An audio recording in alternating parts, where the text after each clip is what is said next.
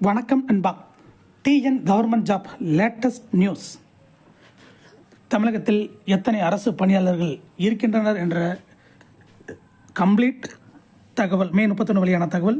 9,42,000 பணியாளர்கள் பணி செய்து வரும் நிலையில் தமிழக அரசு பணியாளர்கள் ஒரே நாளில் 8,144 பேர் ஓய்வு பெறுகிறார்கள்.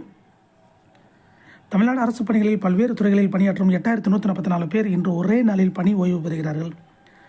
தமிழ்நாட்டில் இன்று ஒரு நாளில் மட்டும் 8,144 அரசு ஊழியர்கள் ஓய்வு பெறுகின்றனர்.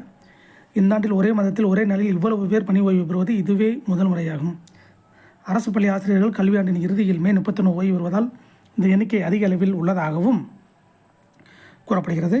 அரசு பள்ளிகளில் பணியாற்றும் ஆசிரியர்கள் மாணவர்களின் நலனை கருத்தில் கொண்டு அந்த கல்வியாண்டு முடிவு பெறும்போது, அதாவது மே மாதங்களில் தான் பணி ஓய்வு பெறுவார்கள் என்பதால் ஏராளமான ஆசிரியர்கள் இன்றுடன், அதாவது மே 31ஆம் தேதியுடன் பணி ஓய்வு பெறுவதால் தான் ஒரே நாளில் சுமார் 8,144 பேர் பணி ஓய்வு பெறும் நிலை ஏற்பட்டுள்ளதாக கூறப்படுகிறது.